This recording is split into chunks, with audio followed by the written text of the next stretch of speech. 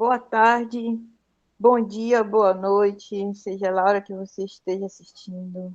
Essa aqui é a Editora Gato Ed, Instituto Gato Ed e o projeto Terra Firme no Palco. Bom, hoje nós temos aqui o teatrólogo Eli Chaves. Ele vai falar um pouco sobre a sua história e sobre o seu teatro. Como funciona, de onde veio e para onde vai. Vai, Eli. Boa tarde a todos. Em primeiro lugar, eu queria agradecer você, Leila, por esse convite maravilhoso de falar um pouco da vida, né, da arte, principalmente do teatro, que é uma coisa que eu gosto. Te confesso que é a minha primeira live Oh, convidada por um grande instituto que é o seu, e te parabenizo já por essa grande oportunidade que você dá para as pessoas, né, para as pessoas poderem falar aquilo que sentem e que gostam dentro da sua profissão ou independente da sua profissão. O melhor disso tudo é falar da gente, da vida, isso é muito importante. E eu te agradeço desde já por esse convite maravilhoso. Te confesso que, como diz os atores, a gente sempre que os atores se apresentam, eles ficam nervosos. Não é o meu caso também. Sempre na apresentação a gente fica nervoso. Mas isso aí faz parte. Porque o dia que eu entrar no palco e não ficar nervoso, eu paro de fazer teatro. Mas diga lá, o que é que você deseja de mim? O que é que você quer espremer de mim? O que é que você quer expurgar de mim? Fala que eu te ouvo. ele conta um pouco aí quem é esse teatrólogo tão apaixonado pela arte, tão apaixonado pelo teatro, né? O Eli Chaves com Y, É o que, meu nome artístico, viu? que As pessoas perguntam, justamente que as põe a pessoas, arte para transformar. as, as pessoas dizem, Edi Chaves, eu disse, qual é o teu nome artístico? Edi Chaves. Mas o teu nome não é Edi Chaves? Não, meu nome é Edi Chaves com I. O meu nome artístico é Edi Chaves com Y. Cara, olha, é, quando você diz assim, falar da vida, né? Falar da minha vida. Muitas das vezes nós, seres humanos, nós temos até um pouco assim de receio de falar quem é você, né? Muitas das vezes a gente se envergonha de dizer quem é a gente, como é que a gente é, para que a gente veio. Mas é muito legal a gente falar um pouquinho da gente, sim, sabe? Porque aí as pessoas passam a conhecer mais aquela pessoa, né? A entender mais o que é que ela pensa, o que é que ela sente, o que é a visão de vida, de mundo que ela tem. Isso é legal. Eu vou começar a falar um pouco da minha vida pessoal para depois chegar nessa minha vida artística. Eu nasci em 1969. Os meus pais vieram morar para cá, para Terra Firme. E aí eles ficaram hospedados na casa de um senhor chamado, na época, tinha um apelido de Raimundo Falafino, que depois ele mudou de apelido e era a Casa do Chumbinho. E aí, dessa casa, o meu pai com a minha mãe compraram uma casa na Perimetral. E é até legal saber um pouco dessa história, né?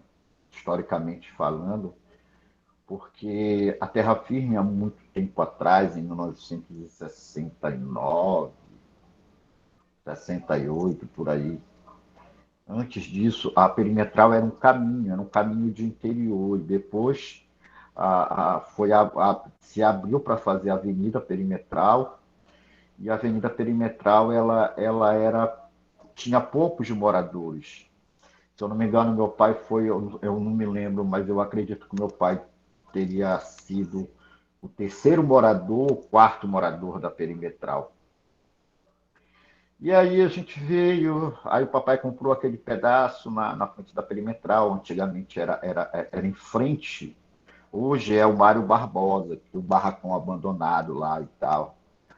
Mas em frente ao Mário Barbosa tinha uma quadra de tênis que era da FICAP, tinha várias quadras, né, no espaço do Mário Barbosa. E aí era muito legal, não tinha iluminação, era o interior. Aí com o tempo, com o progresso, com a urbanização, aí se tornou avenida. E o Edi nasceu, né, em 69, aí foi crescendo, crescendo, crescendo, crescendo, crescendo. Aí 82, 83, 69, aí 70, 71, 72, 73, 80. Aí eu comecei a estudar no Mateus do Carmo e como era pequeno, né, ainda estava crescendo a terra firme, era cheio de mato, tinha um lixão próximo se eu não me engano, eu não sei se era no NPI ou se era no Serpro, mas tinha um lixão muito grande, que jogava muitas coisas no lixão. Aí tinha o Garapé, hoje é onde é o museu Emílio Wilde, que era o famoso Dedezal. Na entrada da São Domingos, em frente a São Domingos, ali, como tu entra na São Domingos, esse lado que foi tomado, né, pelos moradores, era o Pedral, que a gente brincava bola, era grande. E a gente sempre brincava bola no Pedral, que era muita pedra que tinha. E aí fui crescendo junto. Tinha o seu Pedro, tinha no outro canto da São Domingos tinha o seu Ofir, que era uma. Ele meu Deus, como era uma horta ali. E aí foi crescendo, crescendo, foi a habitação foi crescendo, crescendo, crescendo. E aí em 1900, não, foi 1984 para 85, por um problema que aquela parte ali era tudo baixa da perimetral, entrava muita água, e fizeram uma tubulação que o esgoto ficava dentro de casa e no inverno aquilo inundava e a gente sem recurso, né?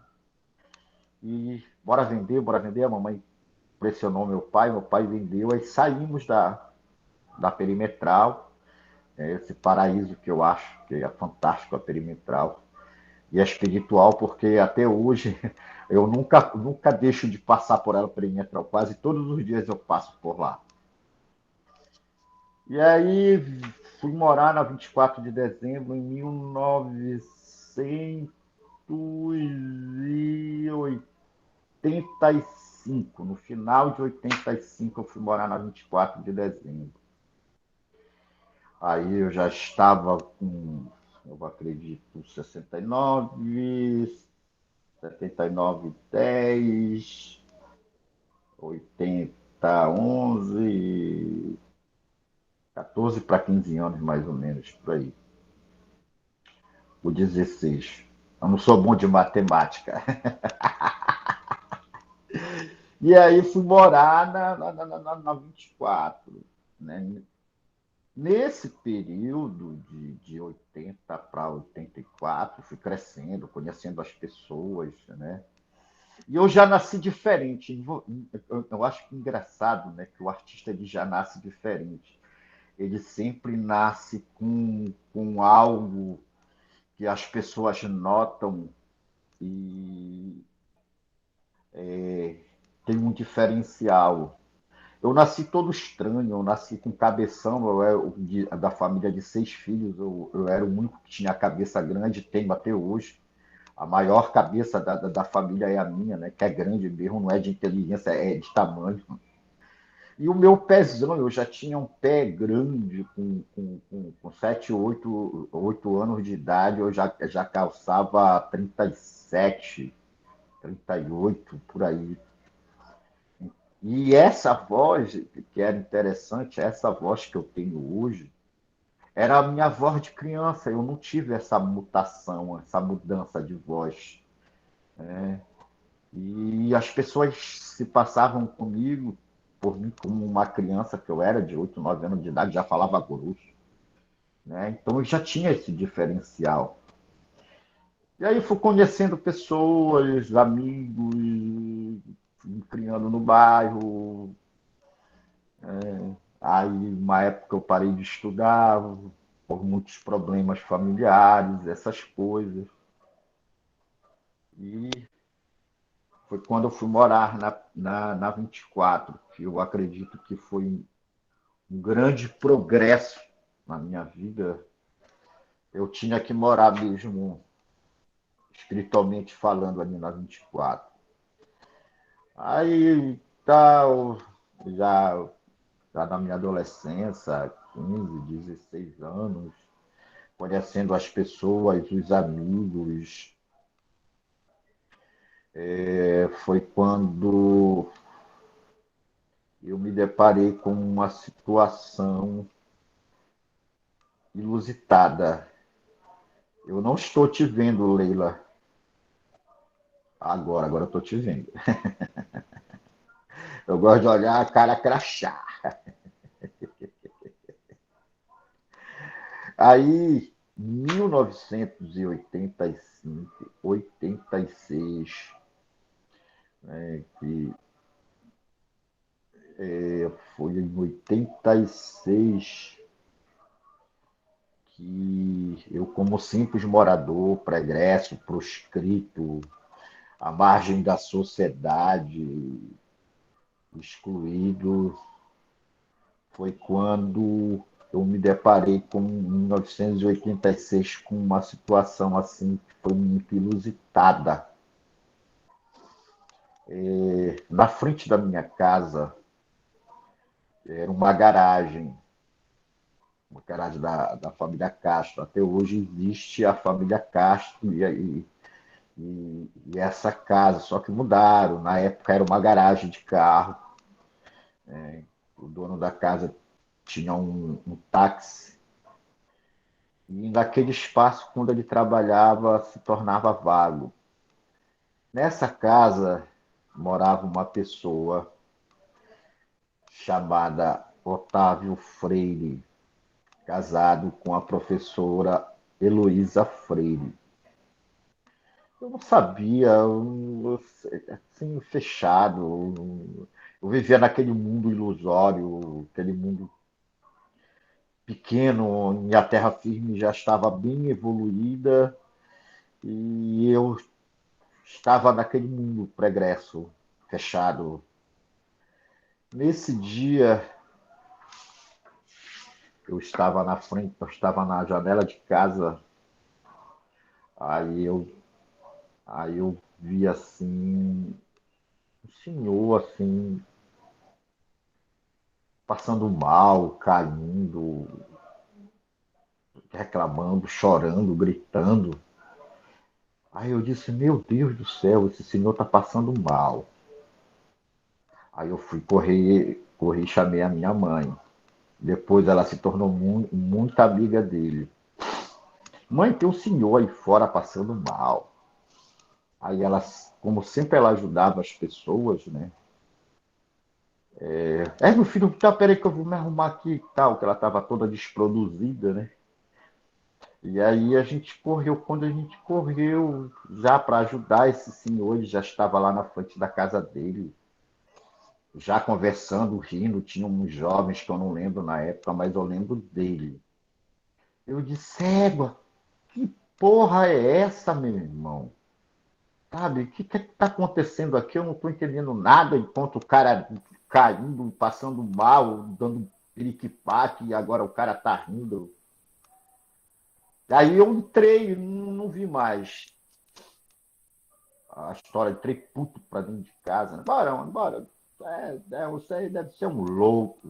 Porra, não tem o que fazer, meu irmão. Aí entramos. Só que eu sempre fui curioso das coisas, né? Aí o tempo foi passando, eu disse, eu vou saber quem é esse cara.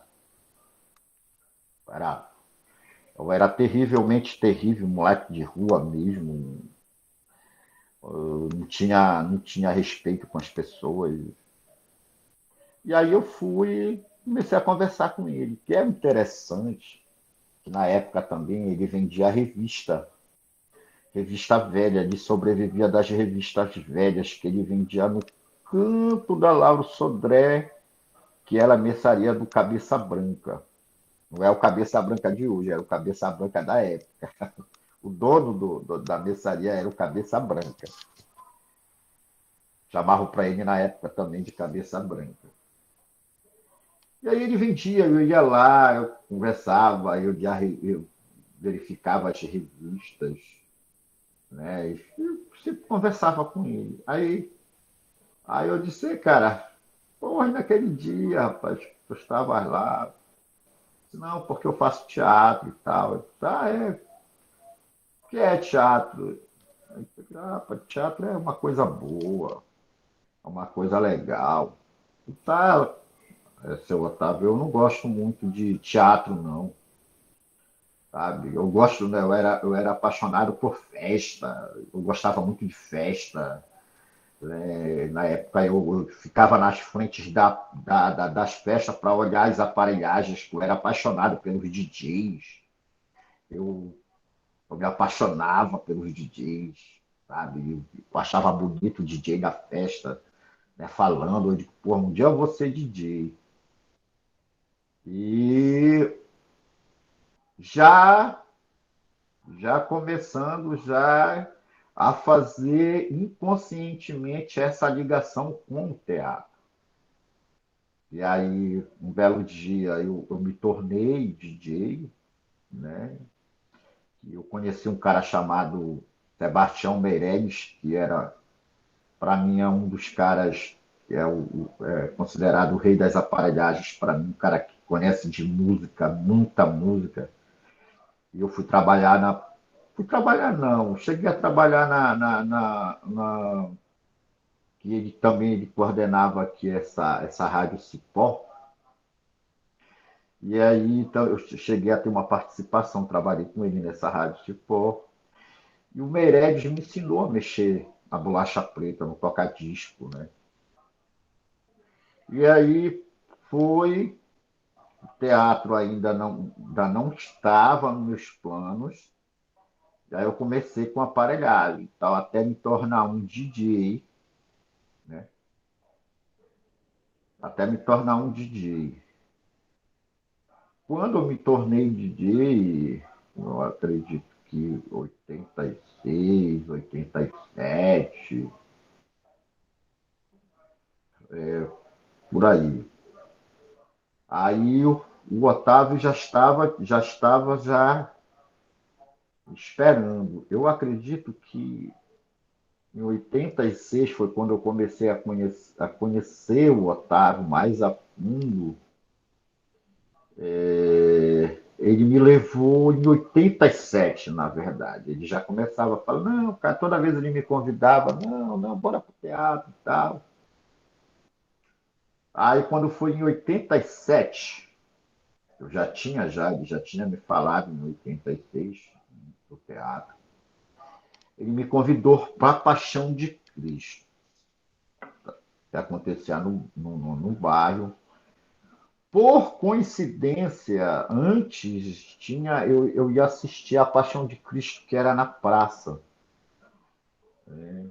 Nunca iria imaginar que um dia eu estaria numa Paixão de Cristo. E foi que eu fui encontrar a história do Otávio. Ele me levou, a gente ensaiava no auditório do Brigadeiro Fontinelli. E aí eu cheguei lá e disse, nossa, menino novo, bonito. Agora não, agora eu tô feio, mas na época eu era muito bonito. Só a mamãe que me achava, mas eu era muito bonito. Entendeu? Aí eu fui, né? Pô, eu encontrei alguns colegas já que eu já conhecia no bairro e tal. Aí comecei a participar, eu disse, nossa, esse negócio aqui é bacana, né? Tinha muita mina bonita, né?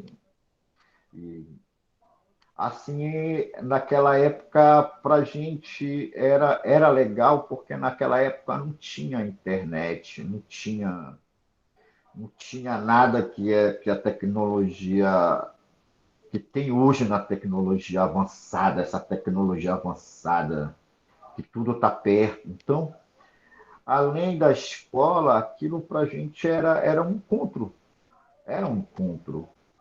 A gente ficava já torcendo para que chegasse o outro ano para participar da Paixão de Cristo, porque a gente se encontrava. Só que nesse ano, eu vou deixar bem claro uma coisa aqui: o Otávio não foi o que iniciou o teatro na Terra Firme, mas ele trouxe as técnicas de teatro para a Terra Firme.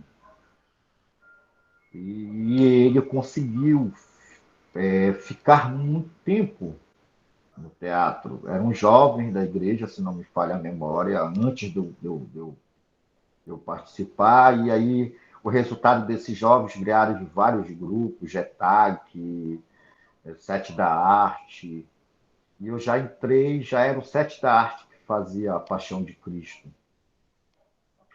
E o Otávio, ele era apenas, nessa Paixão de Cristo, ele foi convidado como ator.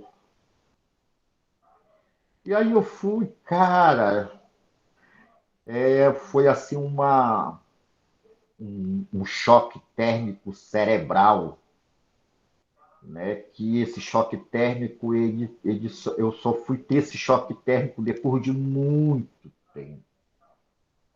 Eu não ach, eu, as pessoas, quando me viram no teatro, nossa, olha quem vem para cá, Otávio, tu és doido, tu vais trazer este cara para cá. Isso aí é um trombadinha, isso é um Zé Ninguém na vida, isso aí deve ser aqueles meninos da FEBEM, na época que tinha FEBEM, sabe?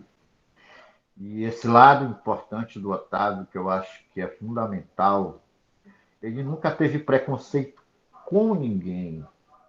Ele sempre achou que cada um de nós, a gente tem um talento. E isso que me chamou a atenção nele. Só que a minha imagem era muito negativa, né?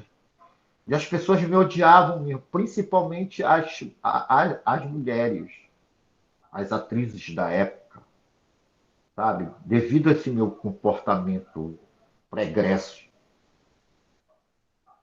E aí, no primeiro ano, eu participei como um pequeno personagem que eu fiz. Era um soldado. Aí, na época, tinha os grandes atores, eu respeito até hoje, Edi Souza, João Queiroz, Raimundo Brasil, a Noêmia, a Rubenita, Edson Moreno, Edson Chagas, o finado Edson Chagas, que trouxe um grande legado também, que era de fora e se apaixonou pelo nosso teatro, pelo teatro do Otávio. E era muita gente agora que eu não lembro. Barrabás, que hoje mora em Brasília, sabe? Adriane Queiroz, a cantora lírica, participou de várias Paixões de Cristo. E assim, o que era interessante é que nessa, nessa história de Paixão de Cristo na Terra Firme, isso foi assim um grande aprendizado para a gente, porque quando acabava a Paixão de Cristo, a gente sempre era convidado para participar de um grupo. E aí a gente saiu da FICAP, a gente apresentou na FICAP, que foi um grande espetáculo. Tinha, na época, quem fazia o Cristo era o Peixe Frito, o irmão do Cirilo. Né? Aí eu conheci o grande, grande ator, Genésio Barros. Então tudo era, sabe, tudo era experimentação. Eu não imaginava, sabe, era empolgação, sabe, porque era mais para ocupar o espaço, porque era gostoso, né? Até porque a paixão de Cristo ela tem o poder de envolver as pessoas, porque é muita gente, era muita gente que participa, era muita gente que participava. E aí terminamos a Paixão de Cristo esse ano. Aí eu fui convidado para o grupo Sal da Terra, na época era do Edmar. Aí o grupo Sol da Terra me convidou para eu participar, que eles estavam montando um espetáculo chamado Era uma Vez um Bruxo ao Gás. E aí a primeira pessoa assim que eu já gostei de cara foi o Edi, né? Aí fiquei com o Edi e tal, aí o Edi montou esse espetáculo que eu fiz, o Espantalho, um grande sucesso, as pessoas até hoje comentam, tem gente que até hoje comenta sobre o Espantalho, só que eu fazia mesmo por curiosidade, vontade eu não tinha, eu não gostava de teatro. E aí eu fui tal, aí, pô, aí começaram a ver o que eu tinha de bom, né, enquanto artista. Aí fizemos uma temporada, eu acredito, eu acho que um pouco prolongada, uma temporada grande, várias apresentações. Eu acredito que o espetáculo ficou um ano em cartaz. Se não ficou um ano, ficou quase um ano. E a gente sempre apresentava. E legal. Aí veio a Paixão de Cristo de novo, o outro ano. Aí eu já peguei um personagem com fala. E aí foi acontecendo, cara. Foi acontecendo quando foi, eu acredito, o terceiro ano já. Foi muito precoce a minha troca de personagem. Eu acredito que com três, no terceiro ano ou quarto, eu já estava fazendo Jesus Cristo. O Otávio sempre ele fez isso. Todo ano ele escolhia um Cristo e só revelava no dia da reunião. E foi uma época fantástica. Uma época que em uma semana a gente montou uma Paixão de Cristo. Não vai ter, faltou uma semana. Em uma semana o elenco era tão bom, né, que em uma semana a gente criou uma Paixão de Cristo. Na Sexta-feira Santa a gente apresentou. E o que é interessante nessa história toda, que no ano que eu fiz o Cristo, eu ganhei como melhor ator. Infelizmente eu não tenho nenhuma foto, nem nada, nenhum registro dessa Paixão de Cristo. Nós apresentamos no Sempur também. E foi assim muito, muito legal. Eu ganhei como Cristo, que eu nunca imaginava, que foi um Deus nos acuda quando, ele é o Cristo. Credo, esse cara é o Cristo, ele vai dar trabalho. Me dei trabalho potado. Dei muito trabalho potado nesse grande aprendizado. E aí foi em 1990. Foi quando eu já tinha, em 1990, ainda era DJ também, continuava fazendo festa, tocando em festa. E foi que eu conheci a minha esposa através da aparelhagem, que estou com ela até hoje. Mas só que quando você casa, você faz casa, a responsabilidade, tive que trabalhar e tive que me afastar um pouco de algumas coisas. Me afastei também de das festas, da aparelhagem. E aí tive que arrumar um emprego, porque o teatro realmente ainda não estava dando nada. E foi por aí. Aí eu dei essa paradinha, só que em 1992 foi quando a minha esposa ficou gestante, e aí a responsabilidade ficou maior, filho, essas coisas.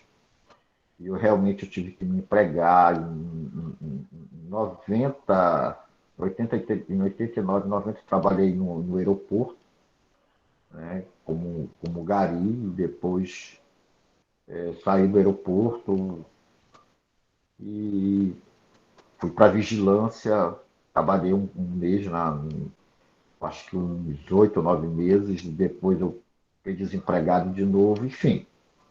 Tinha que ter responsabilidade, porque já estava com família, não fui homem de namorar muito, de ter muitas namoradas. Eu acredito que a minha esposa deve ser eu acho que foi a minha grande namorada. Que eu tive assim algumas paqueras antes, mas namorada mesmo eu não tive. Namorada foi a minha esposa e a minha mulher, até hoje. E aí, cara, aí o tempo foi passando. Só que eu nunca deixei, todos os anos. Aí fui convidado para fazer um espetáculo chamado King Parafuso pelo Grupo Sol da Terra, que era o meu grupo.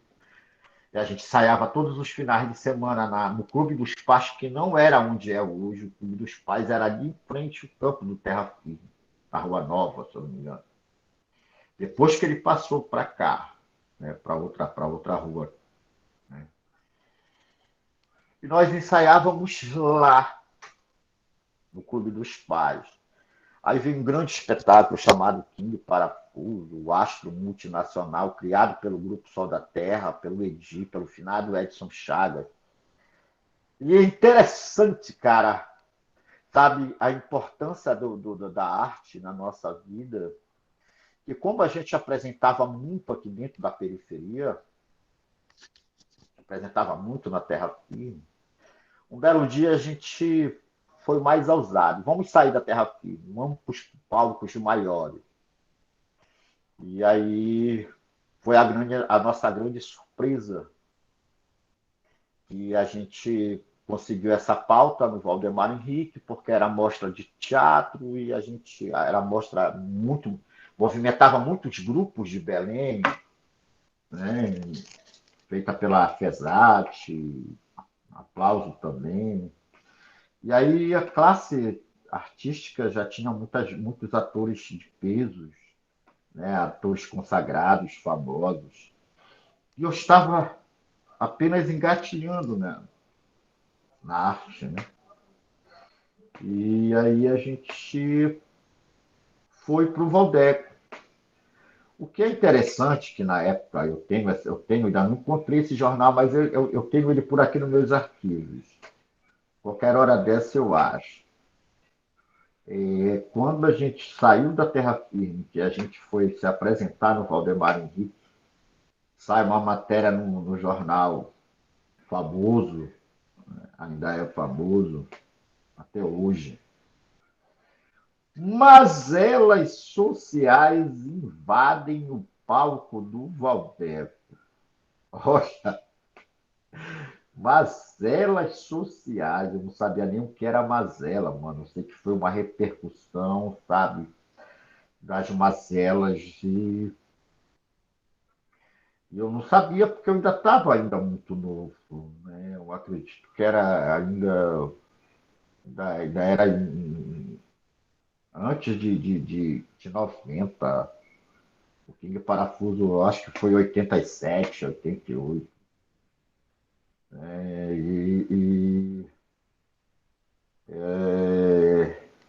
Isso foi antes do King Parafuso, antes de eu constituir família, essas coisas.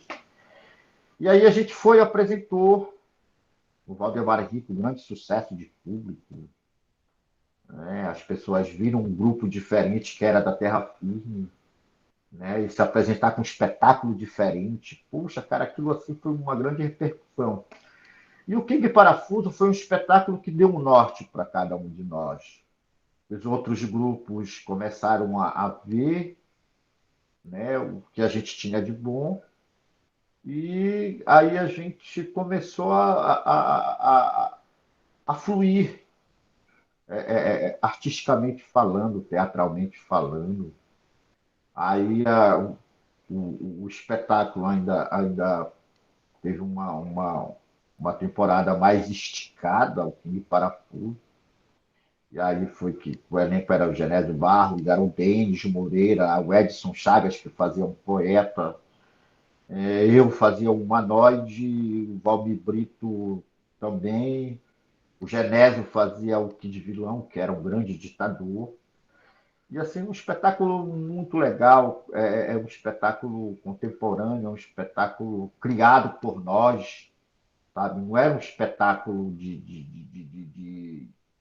não era clássico, foi criado por nós. Foi interessante que foi criado por nós. A gente aqui da Terra Firme, foi que criou esse espetáculo. Né? E aí a gente sempre se preocupou em criar textos nossos, escrever textos nossos.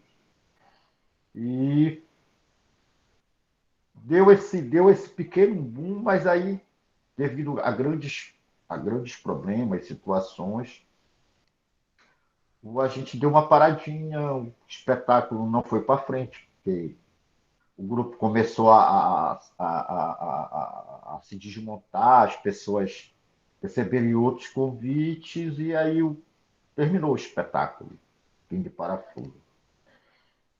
E aí, como eu te falei, depois, já dando um pulo já para 1990, 92, eu comecei a trabalhar, e, mas eu trabalhava de vigilante, mas todos os anos, essa Paixão de Cristo do Otávio, ela ele sempre conseguiu levar, se estender, ultrapassar os limites imagináveis com o teatro dele, com o teatro paradoxo do impacto em linhas quebradas. Na época era paradoxo do impacto, depois ele esticou para as linhas quebradas, né? Porque ele acha que a linha se quebra, a linha se quebra aqui, mas ela se une ali, ela se quebra de novo. Ou seja, são os, os contras da nossa vida, né? Os positivos, mas os negativos, esses obstáculos que aparecem na nossa vida, que a gente fica como essa linha quebrada, que é assim que eu entendo o teatro dele. E aí, mano, tu começas a ler, tu sabe, tu começas a ter uma outra visão de mundo. Depois eu fui descobrir que a Terra Firme era imensa, que depois da Terra Firme tinha um bairro, tinha outros bairros, tinha outras comunidades, outros estados, outros planetas, e a mente assim foi fervilhando. Só que ainda eu ainda não tinha essa que eu acredito que acontece muito com os artistas. O cara que quer seguir o teatro mesmo, a arte, ele tem um tempo que ele chega a pensar que ele enjoou o teatro, a arte. Né? Eu acho que a maioria dos artistas passam por isso. Eu dei essa parada. E aí eu dei essa parada, mas todos os anos eu apresentava a Paixão de Cristo por causa do meu trabalho, que não dava para ficar direto. Eu achava isso, né? Porque eu não tinha ainda o teatro na veia, na essência.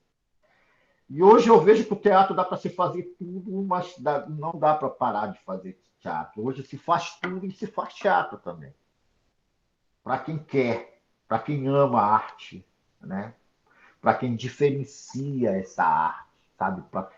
É, olhando com uma visão de águia, não uma visão de galinha. A gente olha com uma visão de águia, sabe? Lá na frente. E aí tu começa a se identificar dentro da arte. A arte, ela é fantástica. E aí o Otávio, não, cara, não desiste, não desiste, continua. E aí foi que quando eu me desempreguei de novo, fui vender picolé na rua, fui vender coxinha na rua. Aí eu me desempreguei mesmo. Aí, quando foi um determinado dia, eu cansado, disse, cara, vou voltar a fazer teatro de novo. Aí comecei a fazer teatro, aí fui com o Edi, aí nessas andadas de você começar, o teatro te leva para isso, você começar a conhecer pessoas importantes, pessoas que, sabe, aí tu começa a perceber a tua importância enquanto artista, aí tu vai enveredando por esse caminho, sabe, fantástico, lindo, louco, mas fantástico. Tu vai descobrindo os pensadores, tu vai descobrindo o mundo com uma outra característica, sabe, esse mundo real, e pai, tu vai levando para ti, tu vai colocando para o teu dia a dia, e de repente, bum, eu recebo um convite para entrar na ONG Rádio Margarida. Aí os convites começaram a aparecer, né, graças a esse teatro maravilhoso do Otávio. Essa técnica que ele, sabe, ele joga para as pessoas. E é por isso que eu digo que ele é o mestre da terra firme. Ele continua porque ele é um cara que milhões de pessoas, eu acredito que entre 30, 40 mil, ou até mais de 40 mil, já passaram, já assistiram, já viram o teatro que ele faz, sem nunca ter cobrado um centavo. A oficina dele, eu não estou dizendo com isso que é só ele que fez isso. Eu acredito que muitos já fizeram isso, muitos fazem isso, mas é porque eu tive essa experiência de trabalhar com ele, né? Mas tem muita gente sim que faz isso, entendeu? Mas ele, para mim, essa história dele, eu acredito que todo mundo, eu acredito não, todo mundo tem uma história. Cada um de nós, seja artista ou não, a história da Ana, do Fernando, do Cristóvão, do Antônio, é uma história, né? Mas as histórias, elas são reais. Está no nosso dia a dia. E aí tu vai criando gosto, amor, carinho, aí tu começa a perceber, e de repente, cara, sabe, fui convidado para participar da ONG muito, muito respeitada dentro de Belém, que é a ONG Rádio Margarida. Depois eu fui trabalhar como arte educador no Detran. Fui convidado para a Paixão de Cristo de Barcarena, passei muito tempo na Paixão de Cristo de Barcarena, fiz os Piratas da Serpa, aí eu disse, nossa, cara! Aí bateu a liga, caiu a ficha. Eu disse, não, mano, eu sou importante. Eu sou importante para a comunidade, sabe? Graças a esse norte que o Otávio deu, essa cigarrada que ele diz, essa cigarrada mental que ele fala para a gente, né? E aí eu fui conhecer os grandes artistas, fui chamado para curtas-metragens, longas-metragens. O meu primeiro salário no teatro foi uma coisa assim que eu nunca esperava, sabe? Eu acredito que na época o salário era R$ 120. Hoje, na época era R$ 120, né? E, e meu primeiro salário como artista era 800, foi R$ 800. Já era um plano real, né? E eu disse, cara, puxa, mas onde a gente ganha dinheiro? Aí eu fui, cara, aí eu, sabe, e comecei a, a entender mais. Lógico, porque é com o tempo, né? Com o tempo que você vai se lapidando, eu acho que você morre e não acaba de se lapidar. Sempre falta um pouquinho. E aí, depois eu fui ver, sabe, a, a, a gama de pessoas que passaram por esse teatro do Otávio e se tornaram pessoas. Eu acredito que todas essas pessoas, hoje, se você imaginar quantas pessoas que existem no teatro através do Otávio, E quantas as pessoas se formaram por causa da linha que ele implanta? O Otávio ele já é paradoxal, sabe? O fato dele estar vivo já é um paradoxo. E aí, quando ele implantou, sabe, o teatro, sabe, que me forçou a ler os grandes pensadores do teatro, sabe? Mas que depois, porque o que é interessante quando a gente vai entendendo um pouquinho a arte, né, o teatro, e a arte em si, eu não falo só do teatro, a arte. Tudo que você faz dentro da arte, com amor, se torna arte, para mim é fundamental. Sabe? Até se você for vender um café na rua, se você for vender um café com amor, com educação, isso já é uma arte. De você se educar para vender. Não saia para a rua para. Não seja um comerciante ou um empresário que trata mal as pessoas. Trate bem todas as pessoas, principalmente se você tiver, sabe, dentro de uma empresa, se você for um empresário, se você for trabalhar o teu material de venda, sabe, use a arte, use o amor, use o respeito. Não trate qualquer pessoa má. Se relacione bem, a arte ela leva a isso. A arte ela leva a você se relacionar com as pessoas, é você quebrar paradigmas, é você se estabilizar, é você, sabe, entender o processo da arte para colocar ela como uma profissão. Não é dizer assim, eu tive sorte quando eu disse, eu sou ator, sabe? Não é só ser ator, o artista não é só ser ator, o artista não é só se apresentar, o artista não é só ganhar aplauso, não, o artista também é uma profissão, sabe? E o artista é formador de opinião, aonde ele leva a informação para as pessoas. Quando você lê um livro, você viaja. Mas quando você assiste um espetáculo, você também viaja. Viaja para um outro mundo, para um outro planeta, você sai extasiado. Você pode até ser qualquer pessoa, mas a partir do exato momento que você está no palco, você é um artista. Você muda. O artista ele emprega o corpo dele para o personagem. O personagem ele tem as suas facetas, ele tem a sua maneira de pensar, ele tem a sua maneira de ouvir, ele tem a sua maneira de se apresentar, ele tem a sua maneira de levar a magia para o público. O público finge e muitas das vezes acredita que aquele personagem é aquele personagem.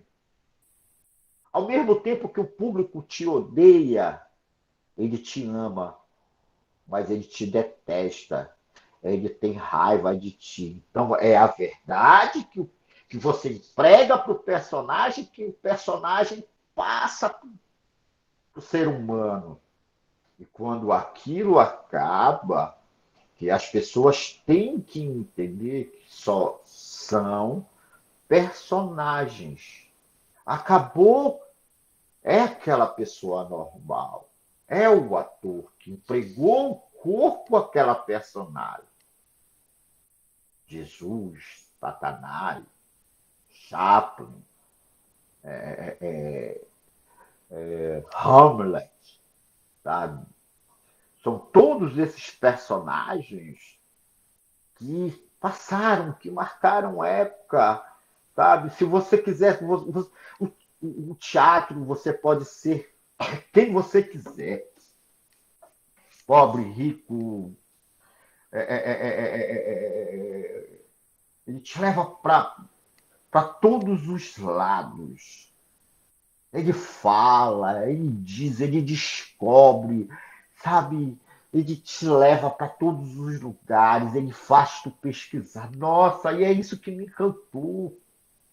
Hoje eu continuo fazendo teatro, mas levando essas informações para as pessoas, sabe? Que eu acho que é importante as pessoas conhecerem a arte, saber o que é, saber conversar, ter uma boa oratória, sabe? Uma boa retórica e descobrir grandes personagens, descobrir a história, sabe? E ao mesmo tempo ajudar as outras pessoas. O teatro que a gente encontra, ele é o mesmo teatro feito em São Paulo, em Rio de Janeiro, porém por diretores diferentes, com um olhar diferente, mas que fazem a mesma coisa que é a arte, que é o teatro. A arte de representar. O que é interessante nesse teatro que eu descobri, que ele é uma ferramenta de transformação social, sim. Ele é uma grande ferramenta poderosérrima. Eu não digo que eu acho que todo ser humano deveria fazer teatro, teatro e cinema. Cinema é uma linguagem totalmente diferente do teatro, mas que o teatro já te ajuda a você entrar no cinema. Mas é uma linguagem que você vai ter que aprender a técnica cinematográfica para poder ser um artista de cinema, né? E eu ainda não entrei nesse mundo, nessa parafernália que é o cinema, mas eu me encanto com o cinema também, né? Porque essas histórias que eu te falei agora, sabe? Se você for ver os grandes livros, os grandes filmes, sabe? As grandes histórias do mundo foram criadas pelas suas próprias histórias. Pessoas que se destacaram, pessoas que foram frustradas, que tiveram sucesso, que não chegaram, porque o teatro também você tem que ter um cuidado muito grande para se fazer teatro. Porque você a tua sensibilidade ela fica maior. Então você tem que ter cuidado, você tem que ler muita psicologia, porque a cada personagem que você faz é um comportamento diferente que você tem. Você tem que ter cuidado com as psiques que podem ser deixadas pelos personagens. É por isso que eu acho que cada qual tem a sua maneira de passar isso. Eu aprendi sobre o subator. Né? O subator ele tem que ter o cuidado de não deixar o personagem tomar ele. Ele tem que entender que ele está no palco, que aquilo que ele está vivendo é real, mas o subator tem que estar monitorando o ator para que ele não cometa atrocidades envolvidos pela própria personagem, pelo próprio personagem. E é legal você encenar, é legal você receber aplausos, mas é legal também você ser remunerado. Os governos deveriam investir mais nos artistas. Não é só aqueles artistas ainda que estão tentando, sabe?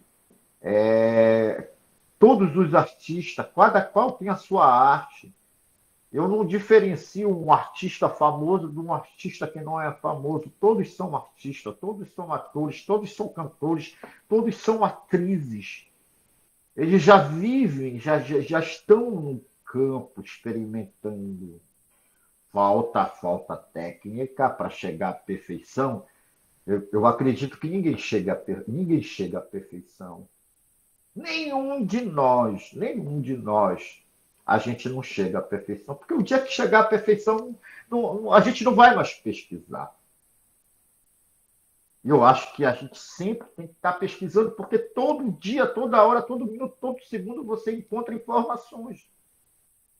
Qual é a fonte de pesquisa do ator, do cantor? É a rua. É o que ele vê na rua. Ele vai para a rua, ele pesquisa, sabe? Ele vai para o livro, ele pesquisa, mas a vida, os personagens estão ali na nossa frente, na tua rua, sabe, na tua casa. Aonde você andar, você encontra essa fonte de pesquisa que é muito ampla. Isso é fantástico. Aí você começa, o ator, ele não é só estar dentro de casa. Quando o ator está dentro de casa, ele está se exercitando. O ator tem que ter cuidado. A tríade fundamental do ator é corpo. O corpo fala. Voz. A tua voz sempre tem que estar bem tratada. Você tem que estar se exercitando todos os dias para que a tua voz esteja perfeita, porque é o teu instrumento, é o teu instrumento principal de comunicação é a tua voz. E a emoção. Se você não passar a emoção para o público, você não completou a tríade fundamental do ator. A tríade fundamental do teatro é texto, ator e público. Que eu até acho que você pode até não ter o público, né? E você apresentar. Mas a tríade fundamental do teatro é texto, ator e público. Para você entender tudo isso, você tem que saber o que tem dentro do teatro. Sabe? O que é uma coxia, o que é uma luizamba, o que é um foco central, o que é direita alta, esquerda baixa, CC, fundo de cena, que são isso, sabe, que te dá essa informação, né? Para tu não se perder aonde você está. E tem um teatro de arena, tem um teatro de rua, tem um teatro semi-arena, sabe? Aí tem um teatro do absurdo, tem o teatro pobre, e você tem que saber o que é isso. E o teatro do Eli, qual é? Cara, o meu teatro é o teatro, como eu acabei de te falar, o meu teatro ele é a vida. É pegando tudo isso que eu te falei, de todos esses pensadores, de tudo, porque eu acho que quando você entende, sabe, quando você olha a arte, sabe, de todas as maneiras, porque cada artista que você encontra é uma experimentação que você tem. Mas o meu teatro, eu sou assim apaixonado pelo expressionismo. Meu teatro, sabe, ele vai muito mais além. Ele vai estar dentro da tríade fundamental, que é o corpo. O corpo fala, o corpo ele expressa, o corpo ele diz tudo. Sabe, eu me encanto com as pessoas que não falam nada. Para mim, um grande mestre sabe, um grande artista que ultrapassou os limites imagináveis, ainda para mim continua sendo chato. Até hoje tu assiste Chaplin e tu ri de um filme preto e branco, de não falar nada, de falar tudo, que criticava tudo, batia muito na sociedade e as pessoas passavam de uma maneira diferente, sabe? Uma maneira que as pessoas é, só entendiam. Chaplin, durante muito tempo, ele compreendeu grandes pessoas. O teatro dele era lindo. Era esse teatro que ele passava, o cinema que ele fazia, os filmes que ele fazia, a arte dele era linda. Expressionista. Eu acho que você diz tudo quando você expressa, sabe? Mas é um corpo, é um conjunto. Mas eu sou apaixonado pela expressão. Quando eu vejo um espetáculo expressionista, eu me amarro, sabe? Sou apaixonado. E ele me chamou, o teatro me chamou muita atenção para essa linha, essa técnica, sabe? Que você utiliza, sabe? Que você apresenta e que você encontra um ator que você nunca viu, mas quando você vai para o palco parece que vocês se conhecem há muito tempo, para ter um jogo de, sabe? Esse estudo do teatro que é interessante, porque eu acho que são professores diferentes. Tem um professor de canto, tem um professor de teatro, tem um professor de expressão corporal, tem um professor de educação física, tem um professor. Então, o teu professor da sala de aula, que eu acho que esse professor é o único que consegue formar todas as culturas, porque ele ensina a todos. Todas as profissões têm que passar pelo professor. Né? E eu acho que o professor é um grande mestre das artes mundiais, porque ele ensina a todos. E não é fácil ser ator, não é fácil ser artista, não é fácil ser cantor, mas faça.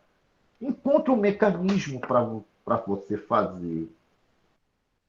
Se às vezes ainda não deu certo, eu acho que você ainda não encontrou a maneira de você viver daquilo que você quer. Eu acho que você consegue. Hoje, sabe, eu tive que parar, sabe, rever muitas coisas, refazer muitas coisas, para eu poder dizer assim, não, eu quero realizar meu sonho. Mas o sonho não adianta. Não adianta você falar o seu sonho. Não fale o seu sonho. Invista no seu sonho. Só quem sabe mesmo é você e as forças superiores, sabe, dos seus sonhos. Que aí o sonho ele não é barato, minha colega. O sonho custa caro. Muitas das vezes você se frustra porque você não realizou o sonho. Mas você já se perguntou, você começou já a realizar? Você já começou a estruturar esse sonho? Você já começou a fazer este sonho? Você já guardou algum centavo, algum dinheiro? Porque o sonho ele é caro, ele não é barato. Mas eu fico imaginando se você pegar, juntar todas as moedas dos teus salários que tu ganha, só as moedas, você já tem no final do ano um fundo para criar esse sonho. Porque aí depois as pessoas vão ver, nossa, quando esse sonho está realizado, Eira, eu não acredito que tu conseguiste fazer isso. Como? Eu não só sonhei, eu realizei. Porque se você não realizar teu sonho, ele vai continuar sendo um sonho. E é por isso que eu não quero mais parar de fazer teatro, sabe? Não quero. Eu acho que eu estou vivendo uma época muito boa, com todas as crises que a gente já passou, coronavírus que veio aí, maltratou muita gente, levou muita gente, sabe, por falta de informação, mas a gente conseguiu ultrapassar isso, sabe? E a gente está vivendo ainda, né? E aí o recomeço é o recomeço para melhor, para você melhorar, para você se reerguer, para você continuar. E eu estou fazendo isso, essa reflexão, mas eu não posso esquecer que tem muita gente ainda precisando de mim, precisando de nós. Os seres humanos, ele tem que não olhar só para ele, Ele tem que olhar, mas ele tem que olhar para o seu próximo. Eu acho que muitas das vezes, muita gente não segue o que leu, não pratica o que leu, mas quando você pratica o que você lê, você consegue fazer as coisas, você consegue imaginar, você consegue ir por aquele caminho que é o certo. Porque nós vivemos a matéria, essa nossa matéria ela passa, mas o nosso espírito não, ele vai embora. Então, o que tu vais deixar nessa vida terrena é o legado. É esse legado, é esse exemplo de vida que você vai deixar para as outras pessoas.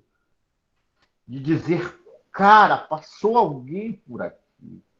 E esse alguém deixou isso de bom para gente, sabe? Eu acho que quem deixa o exemplo, o bom exemplo ou o mau exemplo, sempre vai deixar um exemplo. Você vai tirar proveito destes exemplos. O mal você não vai querer e o bem você vai reproduzir. Isso que é importante. Quanto mais você cuida, é o ciclo da vida, sabe? Que ele pode ser longo, ele pode ser próximo, mas ele pode ser precoce. Então, faça, viva aquilo que você tem que viver, sabe? Curta cada momento da sua vida antes que a cortina se feche. E aí você não receba mais os aplausos, porque o que vai ficar foi o que a gente plantou, os ensinamentos. Eu digo que eu só dei continuidade naquilo que me deram a oportunidade. Hoje, eu posso sim fazer as coisas, mas eu preciso, hoje eu divido quando dá para ir, quando não dá para ir. Quando dá para ir, eu vou e faço o meu trabalho social, sim. Mas quando não dá, realmente não dá. Porque eu continuo te dizendo, a profissão que eu escolhi foi ser ator. Gosto de dirigir, gosto de produzir, mas eu gosto de me apresentar também. E esse amor está crescendo a cada vez mais. O profissionalismo ele está aumentando e eu digo, não, cara, é o que eu quero. É o que eu quero. Quando você se encontra com as grandes pessoas, quando você faz um filme, sabe, um curta-metragem, um longa-metragem, uma série, que você encontra os amigos, os artistas, sabe, essa produção que é fantástica, o povo te olhando, mas hoje eu sou olhado como artista.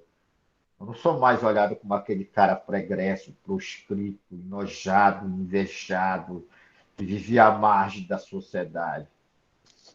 Continuo, tenho defeito? Tenho, sabe? Todos os seres humanos têm os seus defeitos, mas eu quero agora me desprender de tudo isso, continuar fazendo, mas me preparando para o futuro, me preparando para que as pessoas não sintam a minha falta quando eu partir, sabe? Que tudo isso é uma preparação, porque a gente se fala de tudo, mas, sabe, não se fala dessa preparação para a morte, sabe? Existe duas coisas só que são fundamentais que a gente tem que aceitar, o nascer e o morrer. Então não pense no final, viva. Viva. Viva até o último dia da sua vida. Não se importe com o final. Quando você for, aí é uma outra história, mas não pense em chegar nesse final. Continue fazendo, continue amando, continue respeitando a sua família, os seus amigos, os seus vizinhos, sabe? Levando essa comunicação, essa arte maravilhosa e fazendo o que você gosta. E a edição que o teatro me deixou para muita gente. esse estilo. Ele, Oi. assim, dentro de toda essa história que tu me falou, fiquei completamente apaixonada pelo teu teatro, pela tua história de vida. Queria te dizer que tu é um artista maravilhoso, assim, só a tua paixão pela arte já vale trocentos milhões de anos. Eu vou te confessar uma coisa, eu não nego para ninguém. Eu já passei por tantos diretores bons, mas a minha linha ela é paradoxal, sabe? A minha linha é a linha do Otávio, sabe? O paradoxo, sabe, do impacto, sabe? O nosso teatro ele é impactante, ele tem esse diferencial. As pessoas costumam dizer assim: Nossa, bicho, tu parece muito com o Otávio. Puxa, eu não posso parecer com outra pessoa. Eu sou cria do cara, meu irmão, sabe? E o que o Otávio deixou para a gente é isso que eu te falei: a transformação social, né? A transformação social sabe, tu vais levando, porque, sabe, poucas pessoas se perderam no teatro. E as pessoas que passaram por mim, os alunos que passaram por mim, pelo grupo que foi criado, foi o Ribalta, que aí eu conheci o João, que o João deixou o Ribalta, e eu passei muito tempo no Ribalta. Infelizmente o Ribalta não existe mais, né? Fala aí do Ribalta, conta a história do Sabe? Ribalta para O nós. Ribalta foi um grupo que veio da Marambaia nessas nossas idas, né? E conversava com outros grupos, e aí a gente conseguiu ter uma amizade muito grande com o João Queiroz, com o Ilha Furtado, que é excelente diretor, o cara que produziu muito do Grupo 7 da Arte, sabe? E outros, já Ramon Sterba, esses caras, sabe, se eternizaram, e vão se eternizar sempre, sabe? Eles são eternos. Eu falo porque eles fizeram história lá no passado, sabe? O Juscelino Galvão e tantos, sabe, que passou. E o João foi um cara que eu conheci, que foi aí que eu saí do Sol da Terra e fiquei à frente do Ribalta. Levei o Ribalta durante muito tempo. Fiz, eu acredito que 5 anos de Paixão de Cristo, coordenando uma Paixão de Cristo. Muita gente, muitos jovens também passou por aqui, pelo grupo, e esses jovens nenhum se perderam. Todos estão aí dentro da sua profissão. Uns se tornaram médicos, outros psicólogos, outros policiais, outros enfermeiros, mas ninguém se perdeu. Isso que foi interessante, a valorização, modelos, sabe? E eles continuam, mesmo não fazendo teatro mas o teatro serviu sabe, de lição para eles. Mostrou esse outro lado, para onde tem que ir. E hoje a minha grande felicidade de ver muita gente, muito jovem passando na universidade. Isso, para mim, é a felicidade. E quando você olha para as salas de aulas, as pessoas estão voltando a estudar. Isso para mim é muito importante. Volte.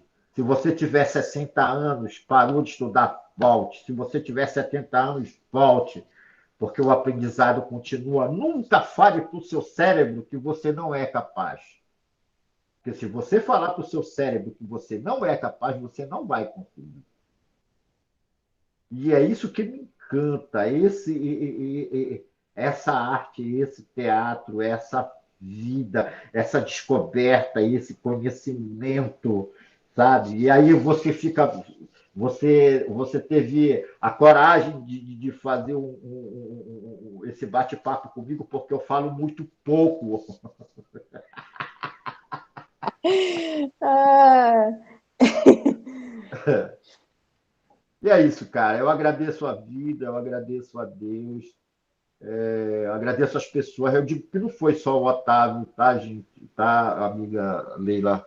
Foi muita gente que me ajudou, muita. Hoje eu estou com um grupo chamado Iniciarte, que tem a professora Glaucia Pinto, que é um grupo da Terra Firme maravilhoso, o Elton Santos. conhecer pessoas como Adelson Gonzaga, como José Arnaud, Osmar Pancera, Paulão, Zecão, o grande artista Zecão que partiu, nos deixou e que levou assim o seu teatro maravilhoso, Geraldo Salles, Luiz Otávio Barata, e outros, e outros, e outros, e outros, sabe? Que passaram por aqui por perto, por nós, e a gente teve o prazer de conhecer, sabe? Isso foi fantástico demais, graças ao teatro e os outros grandes que existem por aí pelo mundo, porque não dá para falar que o nosso cérebro não consegue, ter muita gente famosa, muita gente bonita, muita gente que faz arte, muita gente que estuda. Eu não digo assim, eu digo assim, parabéns, terra firme, todos os bairros e todos os estados, porque nós fazemos parte de tudo isso. Eu acho que não é só o artista, cada morador do bairro tem a sua importância, cada vizinho tem a sua importância. Eu acho que eu sou responsável por você, você é responsável por mim, eu sou responsável por, pelo fulano, pelo ciclano, pelo beltrano, e os outros são responsáveis por mim, porque não deixam a gente cair, não deixam, sabe, não deixam a gente ficar por situações baixas, sabe, nos ajudam. E a Terra Firme é um celeiro de artistas, um celeiro de pessoas boas. Os bairros são cobertos de pessoas boas. Eu digo todos, não é só o nosso bairro, não. Todos os bairros têm pessoas maravilhosas, têm pessoas, artistas maravilhosos, gente humilde, maravilhosa. Esse mundo tem pessoas importantes que a gente precisa descobrir a cada dia. Que através da internet, hoje, a gente vai conhecendo muito mais essas pessoas, esses artistas. Né? A internet é fantástica para quem quer fazer o bem, para quem quer utilizar para o bem a internet. E isso é muito importante. Eu queria falar eu queria aqui um texto, aqui um pequeno texto, Fique à é vontade. interessante. É, ele é das incríveis histórias do Caboclo do Pará, de Alcir Monteiro.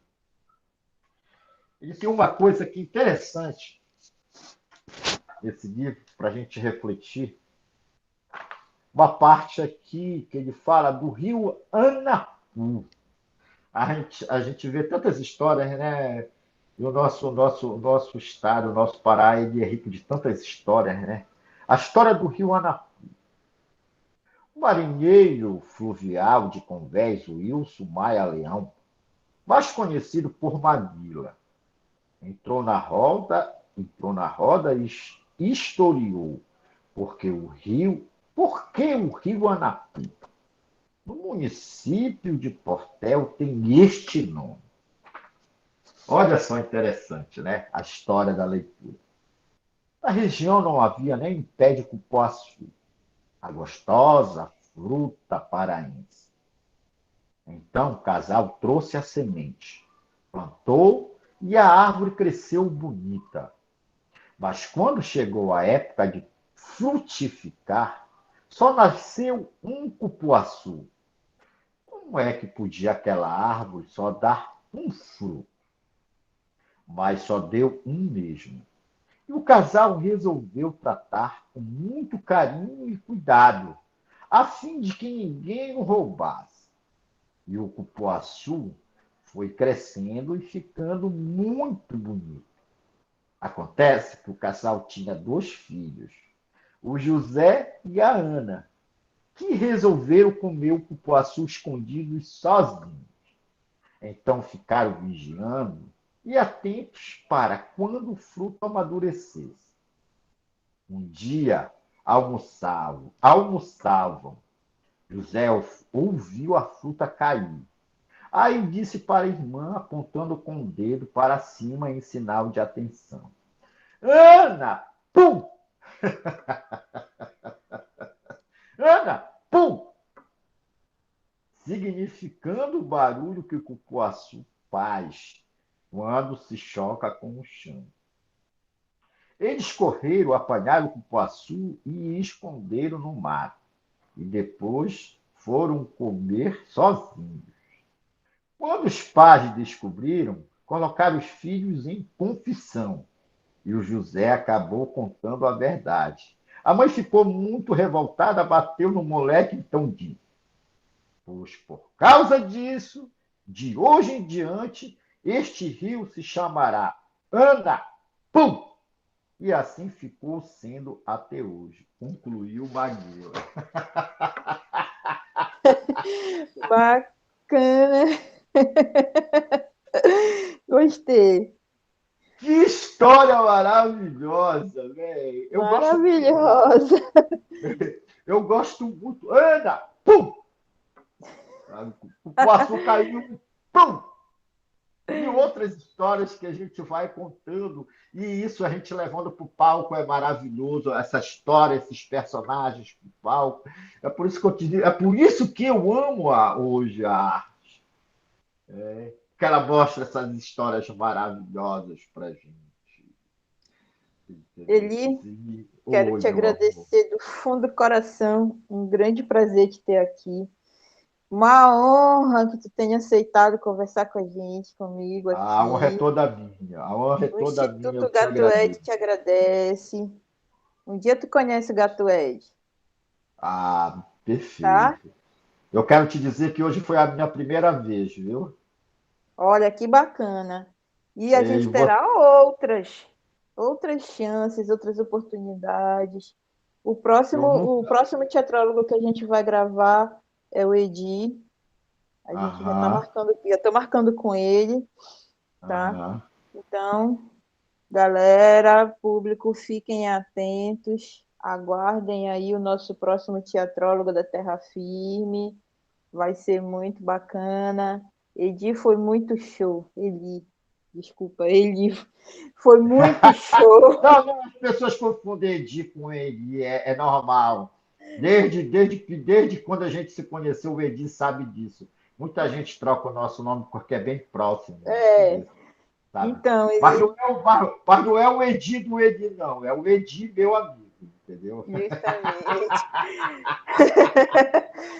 Eli, você quer se despedir do pessoal?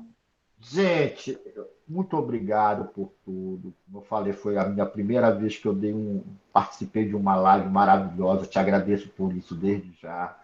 Sabe, para mim foi emocionante ter essa experiência. Espero que você ter gostado, interessado.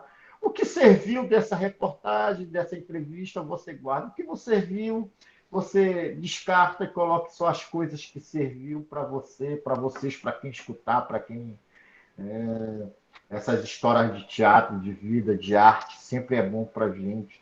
E faça tudo aquilo que você quer e tenha vontade, mas faça aquilo que você ama. É essa a dica que eu dou para todos os seres humanos. Se ame primeiro para depois você amar as pessoas. E construa o seu sonho. Não deixe ele se tornar sonho, só sonho, ficar no sonho sem sair do sonho. Vá para frente. Comece a, a praticar, a manter, a criar os pilares deste sonho. Manter esses pilares sólidos. É isso que eu deixo para todos vocês aí. Obrigado, povo lindo, gente boa, maravilhosa. Você mais uma vez. Obrigado, Deus. Obrigado, vida, graças eu te dou a esse Senhor maravilhoso que nos guia, nos cuida, que nos guarde e que guarde todos nós e que as energias do teatro, as energias que circulam positiva, continue abençoando a todos. Obrigado, Leila. Obrigada. Olha, pessoal, se inscrevam no nosso canal, curtam, compartilhem. Ai, nossa internet está oscilando bastante aqui, porque estava chovendo muito hoje. É isso, Eli. Obrigada. Tua arte. Edi Chaves, Com certeza esse teu depoimento vai ajudar muita gente a continuar sendo artista e outros a Edi começarem, Chaves. né? Olha só, é de Chaves, 52 anos, nasceu, se criou e vai morrer aqui na Terra Firme. só vai sair da terra firme para o seu apartamento no cemitério Santa Isabel e vai continuar ajudando muita gente a disseminar o amor à vida, à arte para todos. Obrigada. Teremos outros momentos. Ó, deixa eu só fazer uma coisa aqui os sábios, eles agradecem, eles fazem isso aqui, ó. Gratidão. Gratidão. Beijo. Tchau, tchau. Tchau.